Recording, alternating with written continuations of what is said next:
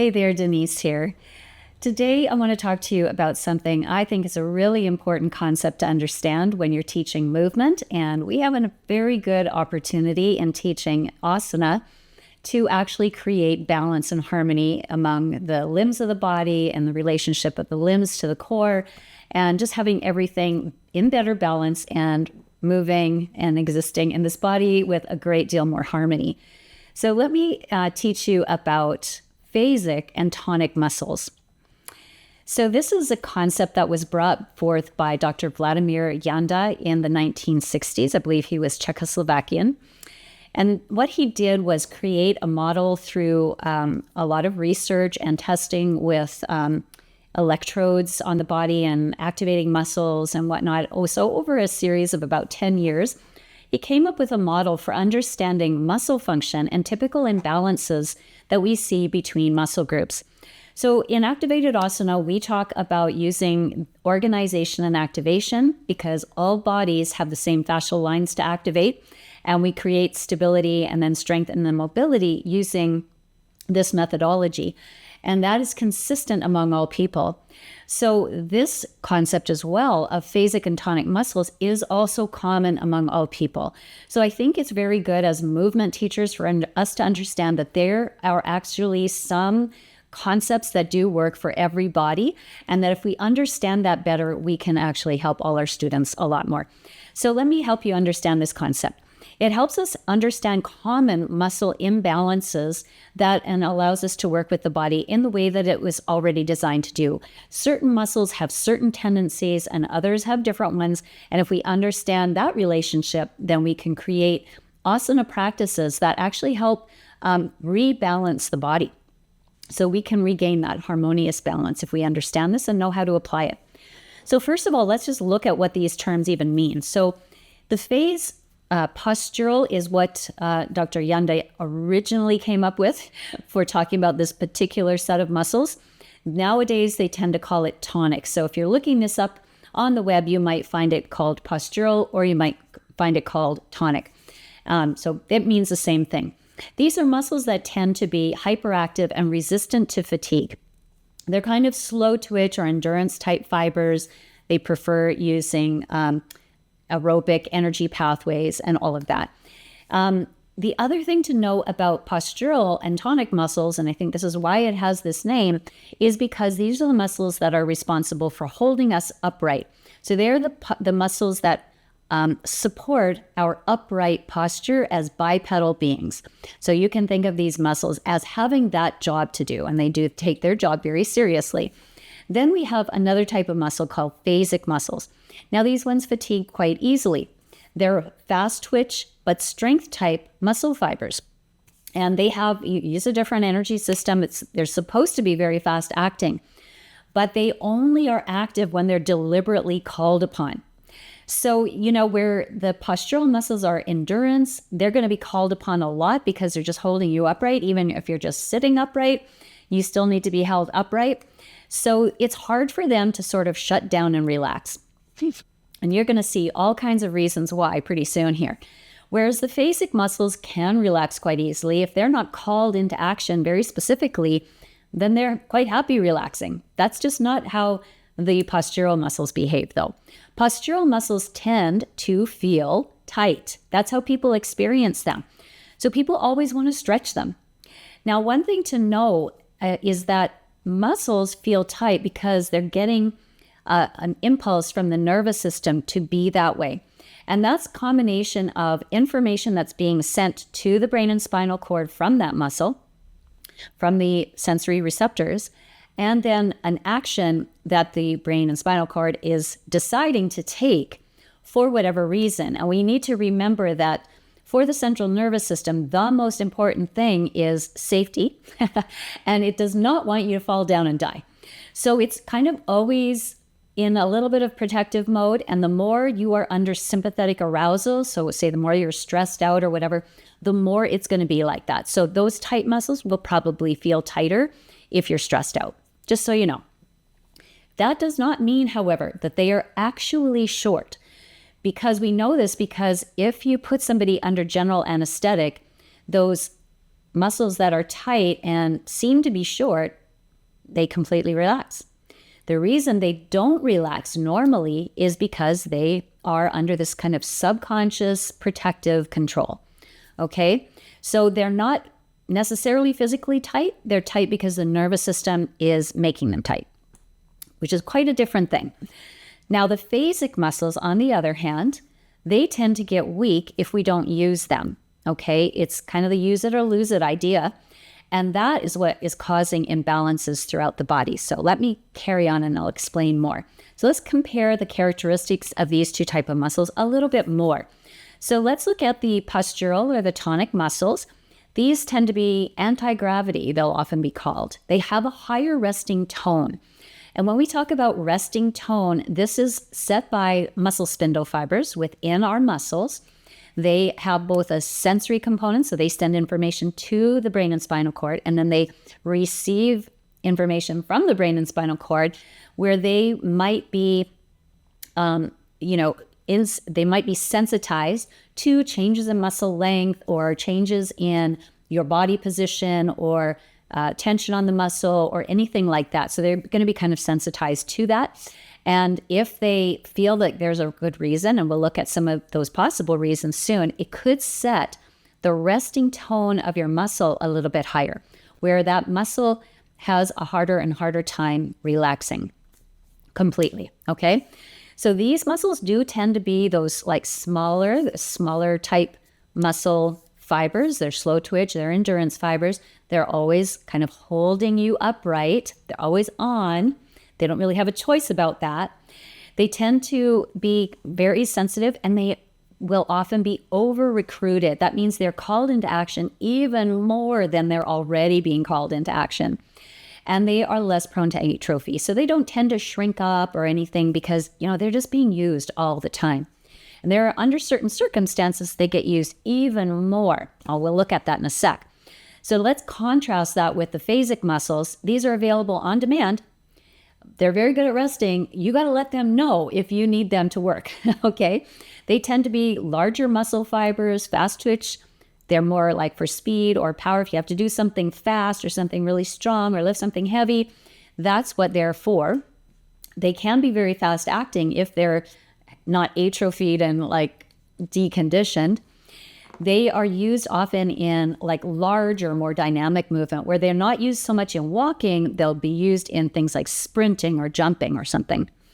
They do tend to get weak when they're not used. Like that is their tendency. And they will lose mass and strength.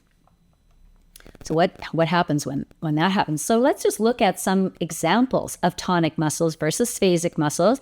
And you might recognize some of these muscles. Remember that the tonic muscles are postural, they kind of turn on all the time. So that means they're going to be kind of wiry because they're not large muscles and hyperactive. So they're just going to always be on. They're much, much friskier. Whereas the phasic muscles, they can be powerful if they're trained, but they tend to be kind of lazy.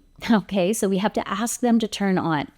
So let's contrast like from front to back of body, some of the muscles that, we can actually recognize as being that type. So on the front side, you have deep neck flexors. If you were to move your trachea aside, this cartilaginous kind of piece, and go in underneath that, you would feel like there are muscles on the front side of your cervical spine. And those are powerful but lazy muscles. They're your deep neck flexors. Okay. On the other side, like on the very opposite side of your body, you're going to have some wiry, hyperactive muscles. And oftentimes we know this because, these upper traps and these these neck, shoulder muscles, they can be quite tight and sensitive. Even if you were just to scrub in there with your finger pads, you go, oh yeah, like kind of tender. And that's very typical of the tonic postural muscles. Okay. And then if we go a little bit lower down the body, we've got, not that much lower really, but more superficial, we have these sternocleidomastoid muscles, and when your head comes forward, they're going to be really turned on. These are already postural muscles, and now we're going to be working them even more in head forward posture. And on the other side, we're going to have muscles that are going to allow that because they're kind of lazy. And that would be The lower traps. So, in yoga, we often hear the cue to like draw the shoulder blades down. That's in an effort to get these lazy muscles to turn on so that the upper traps can like not have to work all the time and pull the shoulder girdle up. That's why we use that cue. I'm not saying to use it or not use it. I'm just saying that's what it's trying to achieve. So those lower traps tend to be a little more lazy, and these, kind of sawtooth muscles that we see like coming around the front of the thorax, and they actually attach to the underside of the shoulder blade on the inner edge. Those are serratus anterior. So a lot of people who are very weak in chaturanga have very weak serratus anterior muscles and possibly lower traps as well, because that is their tendency unless you really ask them to turn on. So let's go down a little bit further into the abdominals. So the front abdominals, the front of the core, these muscles tend to be lazy. And we kind of know that because even when these muscles are trained, you tend to just let them relax, don't they? Like they are quite happy to relax. If you want to like firm your abdomen, you actually have to turn them on like consciously. Whereas on the back side, your low back extensors or your deeper QLs, quadratus lumborum muscles, if you were to go in there with your thumbs, you'd say, yeah, these are a little bit hyperactive. Those are the muscles that, if you do have like a strained back and you go to turn over in bed, these ones will go into spasm. These are the QLs, the quadratus lumborum muscles. And those are very wiry and hyperactive. So you can see like naturally you would already have wiry hyperactive muscles on the backside and muscles that tend to be a little more lazy, even though they can be very powerful and strong, but they don't mind shutting down, on the front side. So that you can see how that could contribute to low back pain possibly. Then down a little bit lower, more at the level of the pelvis, we have the wiry hyperactive muscles in front, where we have the rectus femoris, one of the quadriceps, the only one that crosses two joints. And so that one is a postural muscle, and it does tend to be, pretty sensitive, can be quite sore. And then we have the psoas, which a lot of people complain about having a tight psoas. And then we have piriformis, which is also a muscle that a lot of people say they have a tight piriformis. The only reason they know that is because they go into pigeon pose and they can really feel that. It's so sensitive.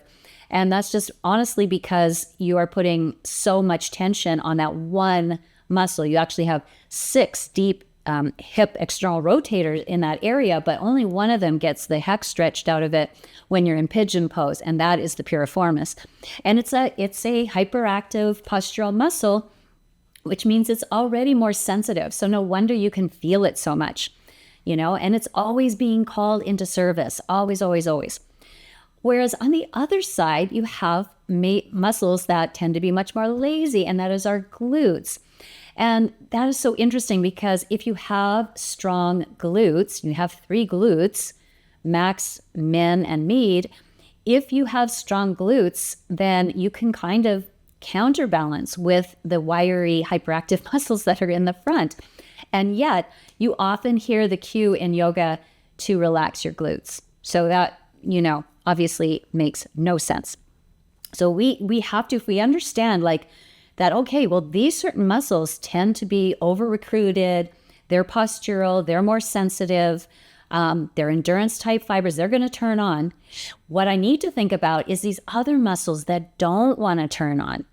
Like if you think about the upper traps and levator scapula being turned on because of head forward posture, we can really help them out by bringing the head back into a more neutral position and pressing and training it in this position with the chin slightly tucked, so you're getting your deep neck flexors working and making sure like you're activating the lower traps and serratus anterior. So this position here with chin tucked and head pressing to hands and hands pressing to head can really achieve all of those things in that one position. And there are many like that. So just something to be aware of. Head position is really, really important. So I thought I would just show you, because for some of you, you might have trouble with some of these muscles. They might be familiar to you because of that. So I thought I would just give you a really quick exposure to that. So predominantly tonic postural muscles. Let's have a look at some of the really common ones. So pec minor, that's your deep pec, is definitely a postural muscle. Levator scapula, which comes from the vertebra on the neck and goes into the top corner of your shoulder blade. Often people are very tender and sore there. And that whole upper trapezius can be tender and sore, and they often have trigger points. So if you go for massage therapy and your massage therapist is always going to find trigger points in these type of muscles. So we have also scalenes, neck muscles, subscapularis, which is a rotator cuff muscle that comes from under the scapula. Sternocleidomastoid we looked at a moment ago. And then the biceps brachii, which is your most superficial biceps muscle. That crosses two joints. That's also a postural muscle. A lot of the postural muscles cross two joints. Not all, but a lot of them do. And then we have the suboccipitals. You wouldn't think that these little muscles under the back of the head are postural muscles, but they are, and you will find that they are also quite sensitive, as are your jaw muscles here, the masseter and temporalis, and then your finger flexors and forearm flexors. So because, we do grasp a lot with our hands, so that just makes them, these hyperactive, wiry muscles tend to be postural muscles. Let's look at some of the phasic muscles, and you'll recognize these too. So our larger pecs, and we just know like, oh yeah, pecs can get quite large. Maybe not, on women so much, but definitely on men. The middle and lower fibers of the trapezius. So as I mentioned, a lot of times we say like, draw the shoulder blades down. They're trying to activate the middle and lower fibers of trapezius. I prefer to use organization and activation to activate those muscles, but some people use other cues. And then we have the rhomboids, so the muscles that draw your shoulder blades toward each other behind you. And those can be quite lazy, so it's good to draw attention to them. Serratus anterior, as I mentioned before, your triceps, muscles that you really need to use for chaturanga, those can be quite lazy. And supraspinatus, infraspinatus, these are rotator cuff muscles. They are the ones we use when we dial out. Infraspinatus is anyways. And then the rear deltoid and all the deltoids, they tend to be phasic. Deep neck flexors, we already looked at that. And then the finger and wrist and finger extensors. So the muscles that make your wrist do this, make your elbow do this. So all of this side tends to be more phasic. And, some muscles can be kind of a mix depending on how you use your body. But there's always going to be a tendency toward being postural or phasic, and that is common among all people, just so we remember that part. Okay, let's look at some of the tonic or postural muscles in the trunk. So they're going to be on the backside, right? In the lower spine, the erector spinae for the most part, in the lumbar spine, and in the cervical spine. Interesting, those are both lordotic curves. The kyphotic curve, which is going to be the thoracic erector spinae, is actually phasic. So it tends to be lazy.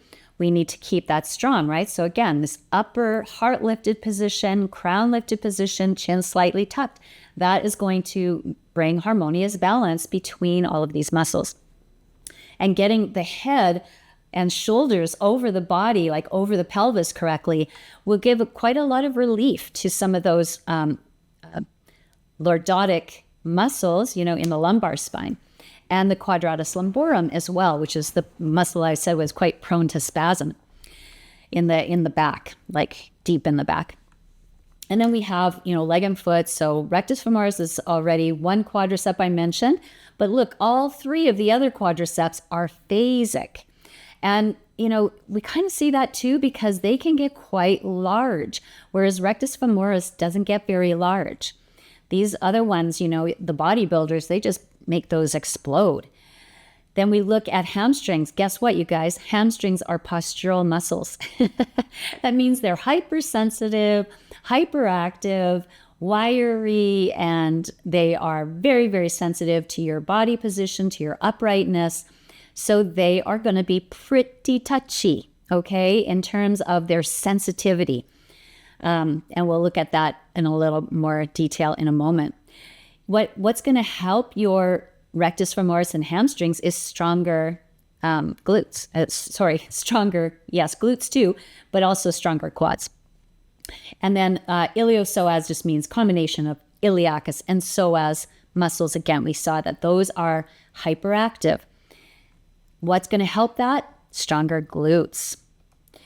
Okay, adductors. So those inner thigh muscles, and I was going to say, they're kind of bulky muscles, but it's not that they're bulky. It's just like there's 5 of them. So they do end up being like quite a wad of muscles, but they are postural muscles. They're meant for holding you upright. They're going to be kind of sensitive.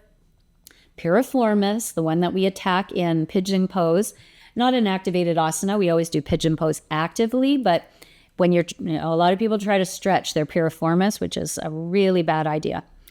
And then tensor fasciae latae, I think this might be why a lot of people think they have a tight IT band. And then gastrocnemius and soleus, and actually all the really deep calf muscles are postural as well, because they are obviously helping you stay upright.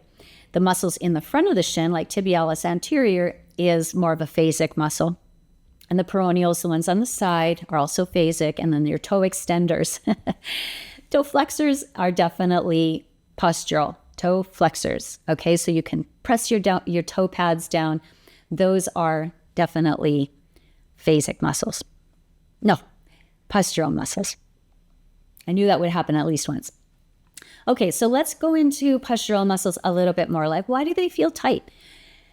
Let me tell you that this is something that yoga teachers really need to understand. Like, what is tightness about, and what muscles tend to be tight, and is that a problem, and all of that. So let me go into this a little bit. The phasic muscles, one thing you need to know, these are the kind of lazy but potentially powerful muscles. They are not the ones that limit your range of motion. Okay? If you or one of your students has a limited range of motion around a joint, it's because of the postural muscles. Those muscles that hold you upright, that's the problem. It's not going to be your phasic muscles, your powerful but lazy muscles. When people come to you and say, like, my blank, okay, my blank muscles are too tight, they're never going to go to you and say, my glutes are way too tight. They're never going to say, my abs are way too tight, or my triceps are way too tight. That's not what they're going to say, because all of those are phasic muscles. Those are not the muscles that are going to get tight. Cool. People will talk about their tight hamstrings though, right? Their tight piriformis, their tight hip flexors like the psoas, the tight calves, and the tight low back, right? People will often talk about those muscles being tight, and that is because, lo and behold, they're postural muscles. So postural muscles naturally feel tighter because their job is to hold you up. It's all about like this sensitive versus less sensitive kind of thing. You have so many proprioceptors in those muscles that are holding you upright, in your postural muscles, in your tonic muscles. You're going to have way more antennae, way more little organs that feel your body. They're going to be way more of them in your postural muscles, and they will be more sensitive as well. And they are sensitive to things like stress, fatigue, dehydration, overuse. And it's, I'm not talking about overuse like you've been getting too much exercise. I'm talking about overuse because your phasic muscles are weak. Okay, so phasic muscles, remember, only turn on when specifically called upon, so they can easily become weak. And when they do, then the postural muscles get over-recruited. They're going to be recruited all the time anyway. They hardly ever get to take a break, but now they are working overtime because the phasic muscles never spell them off. And they will feel extra tight and try to protect themselves. Like, it's not even so much that they're trying to protect themselves. Well, the muscle spindles within the muscles will try to protect the muscle, but overall, your central nervous system is going to want to protect itself, which means it doesn't want you to fall down. It doesn't want you to be unstable. It wants you to be in control of your movement. So if necessary, it will shut down movement. It will make your movement more and more limited to the amount of movement, the degree of movement that it believes you can control. So if the weaker you get, the less your nervous system has control over itself, and it's more prone to falls and injury and instability issues. And it doesn't like that and is going to shut down range of motion if necessary, if it feels threatened that way. So here's a really important thing to note, and that is that the solution is not to stretch them. You can't stretch muscles that are over-recruited, overworked, exhausted. You can't stretch them to make them feel better. Now, sometimes you will have a response like it's more of a, oh, I survived that stretch kind of response in those muscles, and temporarily they'll stop complaining. But believe me, they're going to pick up their signs again very soon, and it's probably going to be worse than ever. That's why these things get worse. That's why overstretching your hamstrings makes things worse. That's why overstretching already exhausted, overworked muscles is not a good idea. It does not solve the problem that you're trying to solve.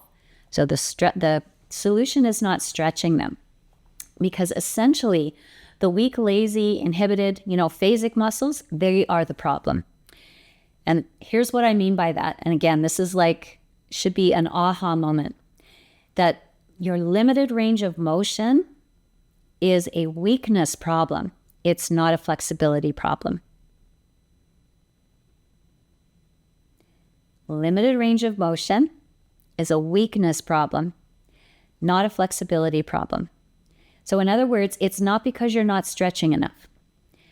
It's a result of not using the full range regularly enough and not strengthening the phasic muscles or getting them to turn on so that the body is harmoniously balanced. So there's a lack of balance, there's a weakness issue, and there's an over-recruitment issue. And what it feels like to you is that you have tight muscles and they don't want to let your body move. That's what it feels like. But the solution is not to keep stretching. So one of the guiding principles of activated asana is called the order of progression. And what this means is that we're going to always work on stability first.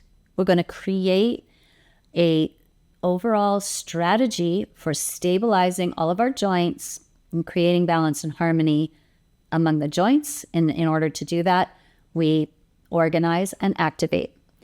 Then we work on our strength after that, and then we work on our mobility after that. So this is regardless of who the student is. So if you develop stability, you're going to work on basic activation. So there's just 3 basic activations, and we're going to work on those because we're using the whole fascial system to support and organize the body and to maintain postures and positions. So once you create a basis of stability, then you can build strength. And you build strength by adding new challenges. So you start off in a position that you can manage, and then you add some new challenge to it, either a balance challenge, or you're going to intentionally activate more muscles by pressing down or pulling your fingers apart, or staying in a posture for way longer, or coming into a more mechanically disadvantageous position, something like that. It could be simple as being in a lunge position and squeezing the glutes on your back leg, pushing into your feet, dialing out, and then really activating all the muscles. You're getting all the muscles that are necessary for the posture, plus a co-contraction of the opposite muscles as well. So this is a very effective way for training the phasic muscles. It's really something you have to experience in your body, though. It's not really something that translates all that well just as a concept. Here's where the phasic muscles wake up and get stronger, though, when you are activating in your postures and you're giving your body new challenges so that those phasic muscles have to turn on. So for instance, if you're just kind of going through a flow practice where you're sort of 1 breath per movement, that is probably not going to call in those phasic muscles. They're just not really going to be necessary. But if you go into postures and hold them for a while, now the phasic muscles will have to turn on. So phasic muscles, remember, only turn on as needed, and we have to give them a reason to turn on in our classes. Training phasic muscles in yoga requires conscious awareness and consistent practice.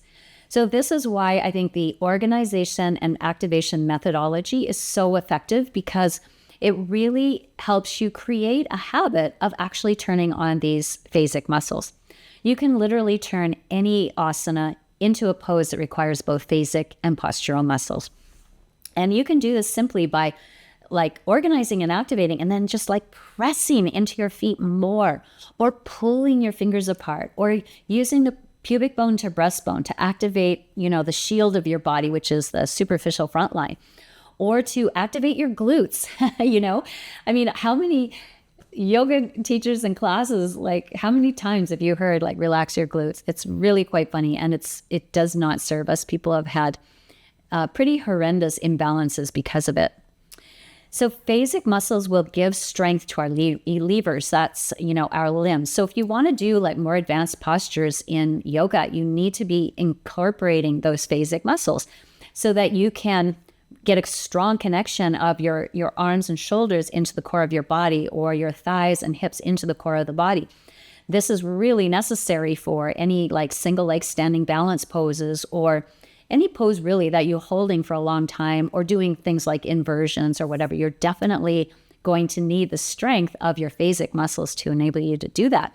And you can't just miraculously come into a pose like that without preparation. You have to train your body to use those phasic muscles as well.